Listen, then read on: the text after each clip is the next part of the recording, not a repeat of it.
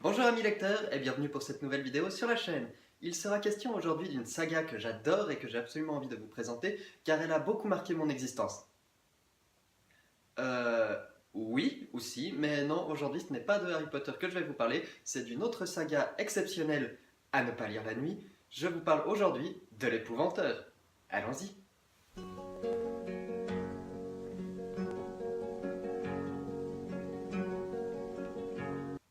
Le point le plus élevé du comté est marqué par un mystère. On dit qu'un homme a trouvé la mort à cet endroit, au cours d'une violente tempête, alors qu'il tentait d'entraver une créature maléfique menaçant la terre entière. Vint alors un nouvel âge de glace. Quand il s'acheva, tout avait changé, même la forme des collines et le nom des villes dans les vallées. À présent, sur ce plus haut sommet des collines, il ne reste aucune trace de ce qui fut accompli, il y a si longtemps. Mais on en garde la mémoire. On l'appelle la pierre des Wards. Ce sont par ces mots que débutait en 2004 l'aventure de l'Épouvanteur, écrite par l'auteur britannique Joseph Delaney et livrée dès l'année suivante à la francophonie par l'éditeur Bayard Jeunesse. Pour ma part, ce n'est qu'en 2007, à l'âge de 14 ans, que j'ai découvert cet univers fabuleux. Le premier opus m'ayant tellement plu, je me suis alors précipité pour me fournir les deux autres volumes à ce moment-là disponibles, puis chaque année acheter le volume qui paraissait. J'ai fait cela jusqu'au volume 6, car oui, malheureusement, bien que je sois parfaitement conscient que la saga s'étende désormais sur 13 volumes et plusieurs hors-séries, je n'avais tout simplement plus le temps de lire, pour la simple et bonne raison que j'entrais dans la vie professionnelle, apprentissage, galère absolue, enfin, la vie quoi. D'autant plus que je pense que cela m'a déconnecté complètement du move, du fantastique et du fantasy, et que je n'avais tout simplement pas envie de me forcer et de gâcher ma lecture. Mais l'année dernière, j'ai eu le plaisir de découvrir la suite en lisant le volume 7, et c'était un petit peu comme de retrouver des amis fidèles, vous savez, ceux qu'on ne voit pas pendant très longtemps, et puis qu'un jour c'est «Ah salut, buvons un verre ensemble», et puis on se raconte tout, et vraiment on se redécouvre, et c'était exactement cette même sensation. J'ai retrouvé le plaisir que j'avais eu à ma première lecture, et réellement cet univers m'avait manqué. Donc j'ai bien l'intention de poursuivre ma lecture dans les prochaines années à venir. Et c'est à peu près à ce moment-là que vous me dites d'arrêter de raconter ma vie et de vous parler un petit peu plus de l'histoire. Pas de panique, jeune impatient, ça va venir. Mais avant cela, je pense important de vous contextualiser un petit peu l'univers de l'épouvanteur afin de mieux comprendre les choses. Imaginez que l'univers de l'épouvanteur prend place dans un monde qui correspondrait à peu près au nôtre au tournant du XVIIe siècle. Si l'histoire se passe majoritairement dans ce qui est appelé le comté, qui est une sorte d'équivalent du Lancashire en Angleterre, il leur arrive également de partir dans d'autres volumes, notamment en Grèce et un peu plus tard vers l'Irlande. Si ce monde est géographiquement semblable au nôtre, il est cependant différent du fait qu'il est habité par toutes les créatures de notre folklore, notamment les gobelins. Non, pas ceux-là. Ici, c'est un petit peu plus compliqué, mais je n'ai pas le temps de vous faire un exposé, sinon ça durerait 3 heures. Donc, les gobelins, les loups-garous, les fantômes,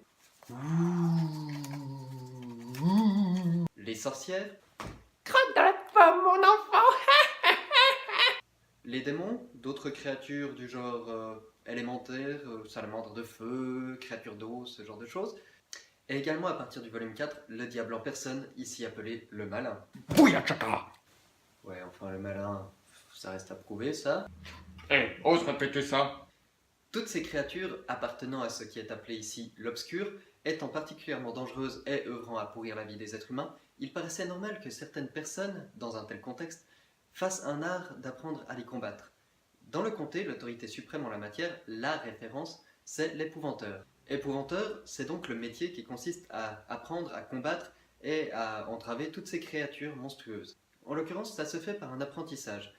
Le septième fils d'un septième fils devient l'apprenti de l'épouvanteur actuel et le suit dans ses aventures et un jour reprend le flambeau. Pourquoi le septième fils d'un septième fils? Eh bien apparemment cela est très important car ça donne une certaine affinité avec le monde de l'obscur et de la magie, ce qui permet de voir en particulier des fantômes, ce genre de choses qu'on ne voit pas forcément. L'univers étant désormais en place, nous allons pouvoir parler à présent de l'histoire en elle-même. Le premier volume démarre avec le jeune Thomas Ward, fils de fermier, septième fils d'un septième fils, vous voyez venir la suite, qui est donné en apprentissage à l'actuel épouvanteur du comté, Monsieur John Gregory. À ses côtés, Tom va apprendre tout ce qu'implique son métier d'épouvanteur, c'est-à-dire tout ce qui est technique sur le fait de combattre les créatures, tout ce qu'il faut savoir pour pouvoir éviter de mourir soi-même, mais également tout ce que sa condition d'épouvanteur implique au niveau relationnel. Parce que, bon, ben voilà, les épouvanteurs, ils sont tout le temps liés à l'obscur, ils sont eux-mêmes un petit peu chelous, donc, ben voilà, l'Église, ils les aiment pas, les gens ne les aiment pas, ils les tolèrent parce qu'on en a besoin, parce que c'est les seuls à savoir comment combattre les créatures du mal, mais en même temps, ils les aiment pas. Donc c'est beaucoup de solitude que le métier d'épouvanteur, et Tom doit s'y habituer. Bien que tout le scénario, il y a une histoire, un fil conducteur qui s'étende sur les 13 volumes, avec une résolution complète, chaque volume est centré sur une problématique bien précise, de son début à sa résolution, avec en général une créature en particulier à combattre à chaque fois. Dans leurs nombreuses péripéties, l'épouvanteur et son apprenti sont aidés par de nombreuses personnes, notamment la mère de Thomas, une femme sage et avertie qui s'y connaît particulièrement sur le sujet de l'obscur. On découvrira pourquoi un petit peu plus tard dans les volumes. Il y a également Alice Dean, une jeune sorcière de l'âge de Thomas, qui vient d'un clan particulièrement puissant de sorcières. Elle n'est pas encore devenue pernicieuse, mais lutte violemment contre sa nature de sorcière, histoire de ne pas sombrer totalement dans l'obscur. Elle se sert cependant de son potentiel magique pour essayer de venir en aide aux gens, de façon générale, mais plus particulièrement à son ami Tom, et également à son maître, John Gregory, afin de combattre justement l'obscur. On peut également parler de Grimalkin, du clan de sorcières Malkin. C'est en gros l'assassine officielle de ce clan de sorcières, et sa spécialité, bien qu'elle se serve de ses pouvoirs pour pouvoir traquer et affaiblir ses proies, c'est de les attaquer au corps à corps à l'aide de son arme favorite, des ciseaux. Si Grimalkin aide Thomas et son maître, ce n'est pas de façon totalement aléatoire, vu que normalement elle est quand même une sorcière, c'est pour la simple et bonne raison qu'elle a un petit conflit à régler avec le diable. En quoi? Je précise quand même que Grimalkin est une jolie femme rousse normalement, mais j'ai pas de masque de jolie femme rousse. On notera quand même qu'il est précisé dans le volume 5 qu'il y a d'autres épouvanteurs dans le comté, notamment Bill Arkwright, un ancien apprenti de l'épouvanteur qui lui travaille dans le nord et combat principalement des créatures d'eau, c'est sa spécialité. John Gregory enverra d'ailleurs Thomas en stage pendant 6 mois chez Bill Arkwright, qui est une espèce de grand allumé, très solitaire, à moitié alcoolique, malheureux par la mort de ses parents. C'est génial. Comme je n'ai pas envie de vous spoiler et de vous gâcher le plaisir de la lecture et de la découverte de cette saga, je ne vais pas raconter davantage l'histoire, parce que dès le moment où je dépasserai le volume 1, 2 ou 3, j'entrerai dans des éléments très importants du scénario, et ça vous gâcherait complètement la surprise. Déjà que j'ai l'impression d'en avoir un petit peu trop dit. À la place, je vais plutôt vous parler de l'écriture de la saga.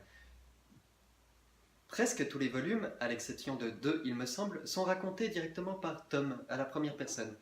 C'est un petit peu comme s'il s'agissait de ses rapports d'apprentissage, de ses mémoires de voyage, d'aventure, et ça rend la chose encore plus réaliste, encore plus prenante. On s'immerge totalement dans l'histoire, et ça évite peut-être justement ce côté science infuse où on voit tout l'univers global. On ne sait que ce que le personnage et les personnes avec qui il discute savent, ce qui permet une immersion beaucoup plus complète.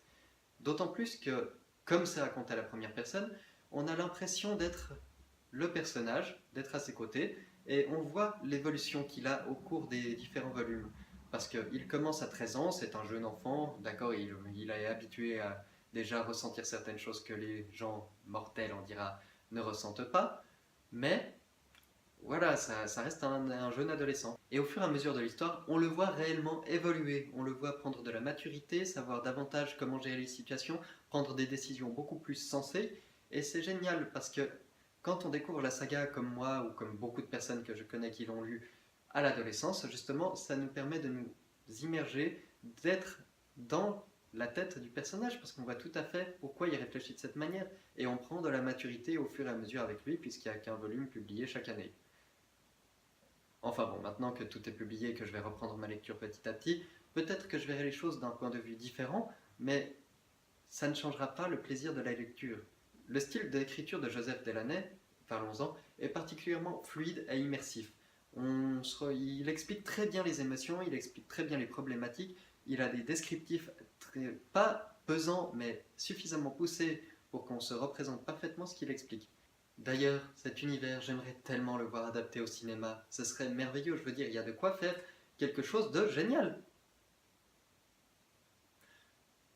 Alors non, non, on n'en parle pas de ça, ça n'existe pas, ça n'a jamais existé. Je refuse de considérer que c'est le film de la saga de l'épouvanteur. Hein, ça, c'est Satan qui l'a créé, c'est pas possible. Eh oh, n'accuse pas comme ça, hein. Sérieusement, moi aussi je suis déçu de cette adaptation, elle est complètement ratée. Ouais, on le dira. En attendant, c'était pas très malin de ta part de laisser faire ça. Bref, tout ça pour dire que cet univers est absolument génial. Je vous conseille réellement de le lire parce que voilà, parce qu'il est, c'est merveilleux, c'est fantastique, c'est génial.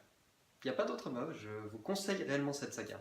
Si je suis tellement attaché à cette série, c'est peut-être aussi parce que à l'époque où j'ai commencé à la lire, j'étais encore un mauvais lecteur, un petit lecteur, je ne lisais pas beaucoup, je lisais très lentement et j'avais pas forcément de plaisir à lire. Et c'est peut-être avec cette saga, et aussi avec Harry Potter, que j'ai réellement pris du plaisir à lire et que j'ai appris à lire, à me laisser m'évader dans ces univers particuliers et à aimer la lecture simplement, ce qui m'a conduit à être aujourd'hui devant vous. Et bien voilà, cette vidéo spéciale Halloween présentation de saga est désormais terminée. J'espère qu'elle vous aura plu et j'espère que je vous aurai donné envie de lire cette saga ou de la relire si vous la connaissez déjà. Si vous avez envie de discuter à propos de ça, je vous laisse le faire en commentaire, c'est toujours très plaisant de pouvoir échanger avec vous. Et moi je vous dis donc un joyeux Halloween, à très bientôt, portez-vous bien, ayez de belles lectures. Ciao. Bouillachaka!